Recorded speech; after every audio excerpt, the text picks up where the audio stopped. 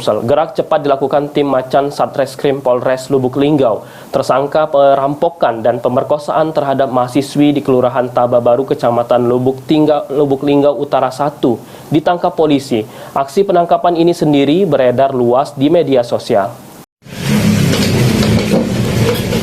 Perampok sekaligus pemerkosa terhadap seorang mahasiswi di Kelurahan Tababaru, Kecamatan Lubuk Linggau Utara 1, Kota Lubuk Linggau berhasil ditangkap oleh tim Macan Satreskrim Polres Lubuk Linggau. Penangkapan tersangka ini telah beredar luas videonya di media sosial.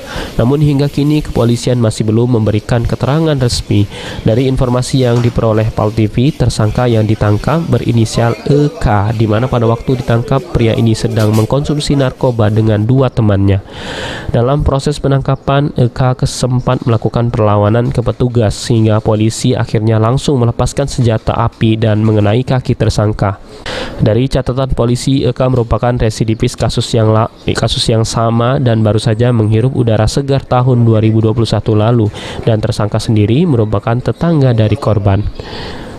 Tri Hajaria, PAL TV. Ini ada kayu di sini, ada dua.